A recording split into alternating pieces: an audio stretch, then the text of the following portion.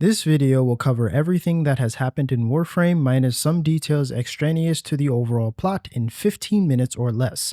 The purpose of this was to catch anyone up to the current arc of Warframe so you can play the old piece and somewhat understand what is going on. This also serves as a refresher for any Warframe vets. Time to catch up.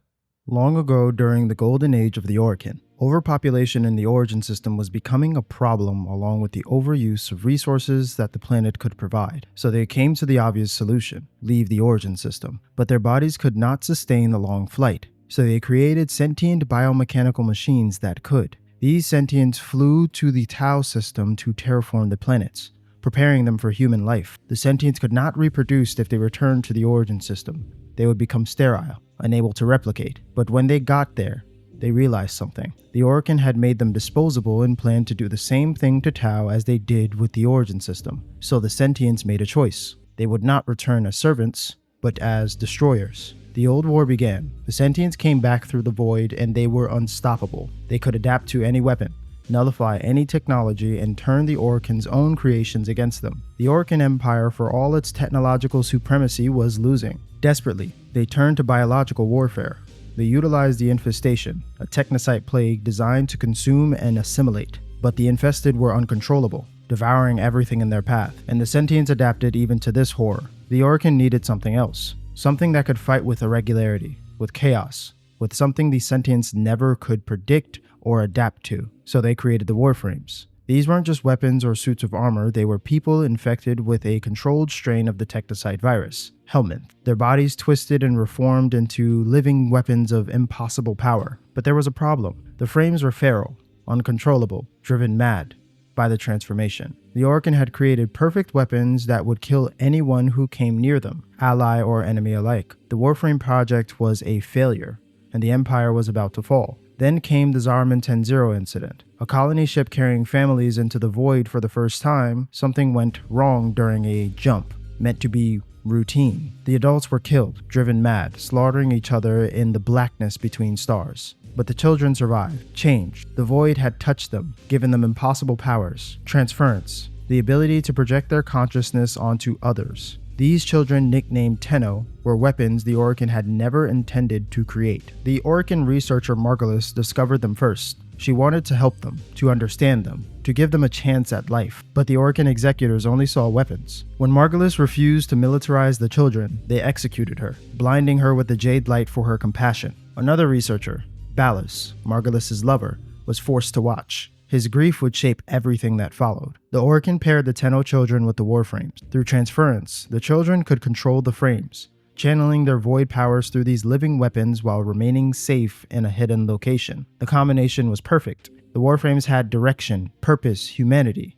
The Tenno had bodies that could withstand combat no child ever could. Together, they turned the tide of the old war. The sentients, for all their adaptation, could not predict the chaos of a child's mind, the emotion, the creativity, the void devilry. The Tenno drove them back, but Ballas never forgot what the Orokin did to Margulis. In secret, he made contact with the sentient leader Hunhao, and together they forged a plan. Ballas created one more Warframe, Excalibur Umbra, but this one was different. Umbra retained his memories, his consciousness, his humanity. Ballas made it from a man who had discovered Ballas's treason, transforming him into a living prison of agony as punishment.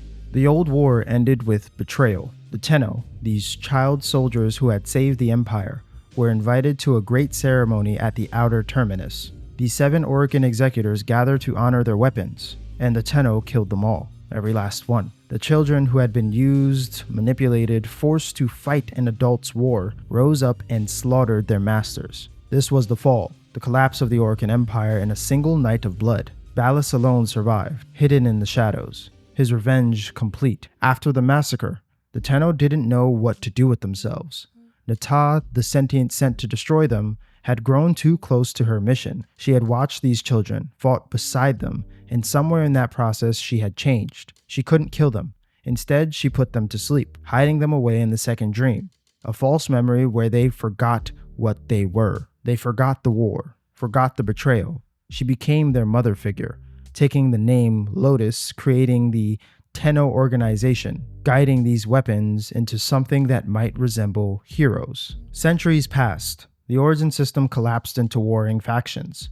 The Grineer, clone soldiers created by the Orokin, built a militaristic empire. The Corpus, merchants who worshipped profit and technology, rose to power. The Infested spread like plague across abandoned colonies.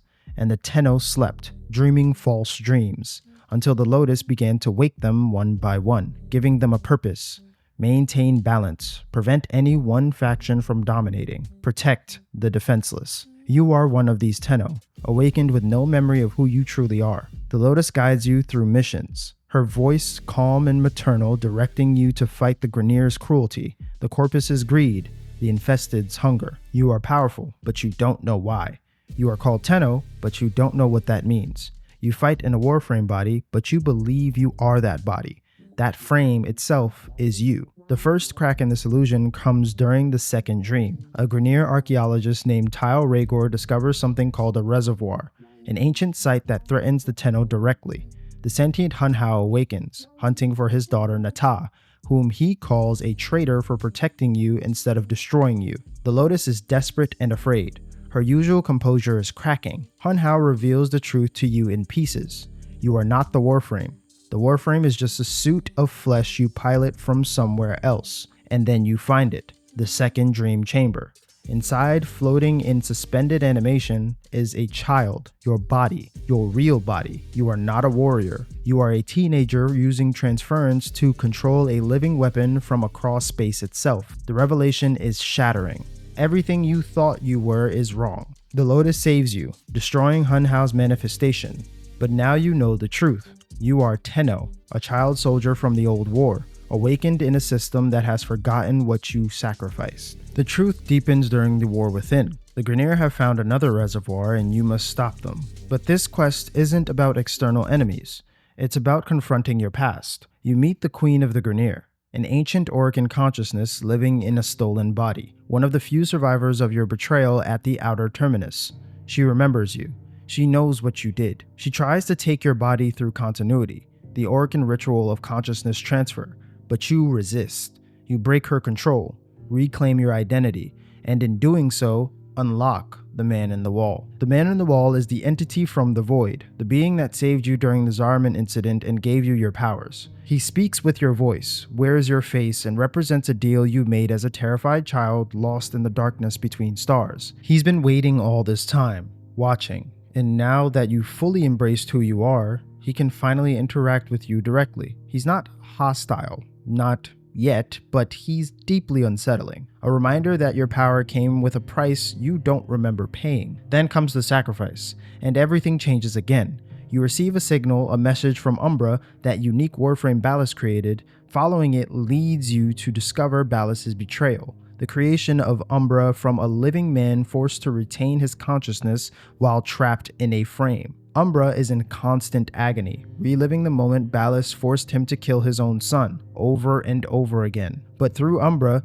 you learn the full scope of Ballas's plan and his survival. The sentients are returning, and Ballas is with them, having struck a new deal with a being called Era, Nata's brother. This is when the Lotus is taken. Ballas and Era capture her, ripping away her Lotus persona and restoring her sentient programming. Nata becomes their weapon, her memories of you and her time as your guide suppressed. She leaves you, and for the first time since you awakened, you are alone. The new war brings everything to a head.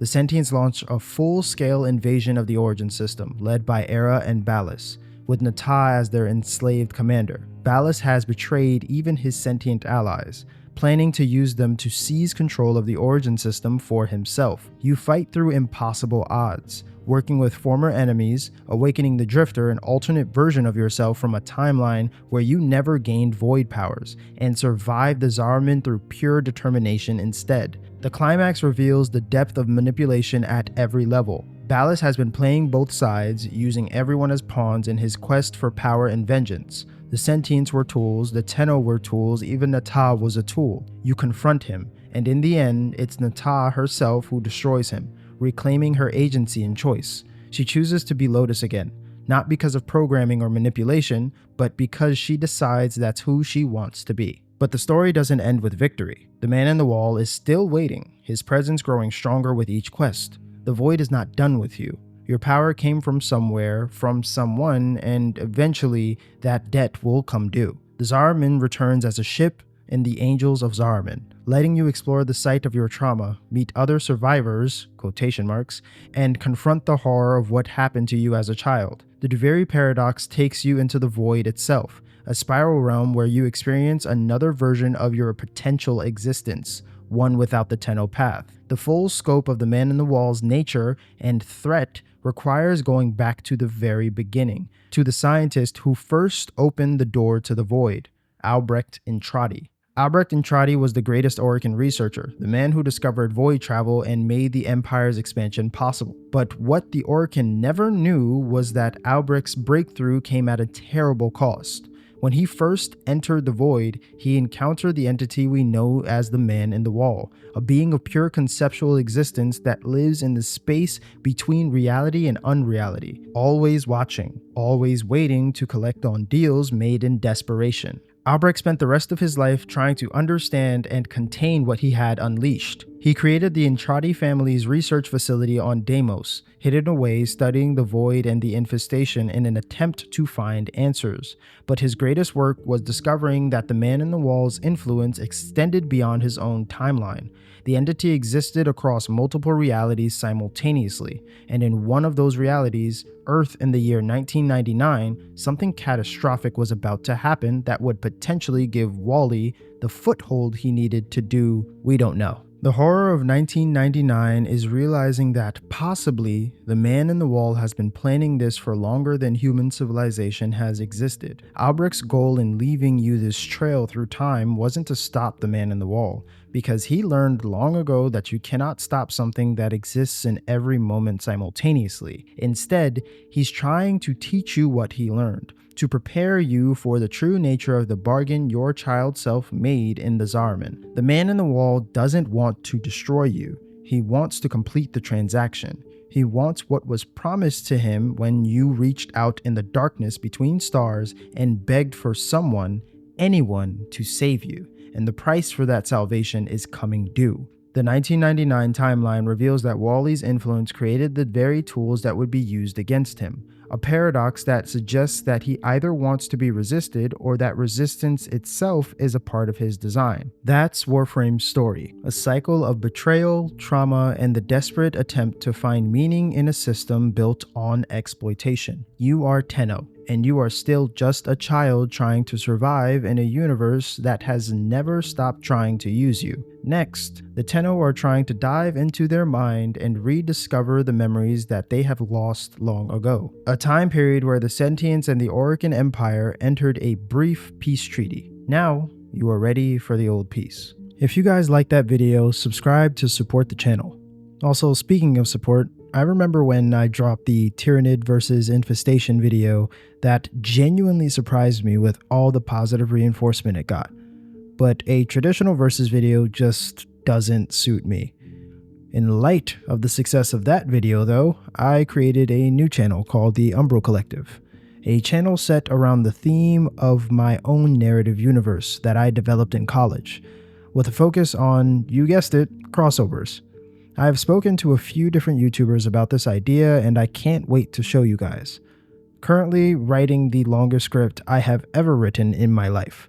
So if you like the Tyranids versus the Infestation video, imagine, what if a splinter fleet invaded the Origin system? Go subscribe to the Umbro Collective. I'll see you guys later.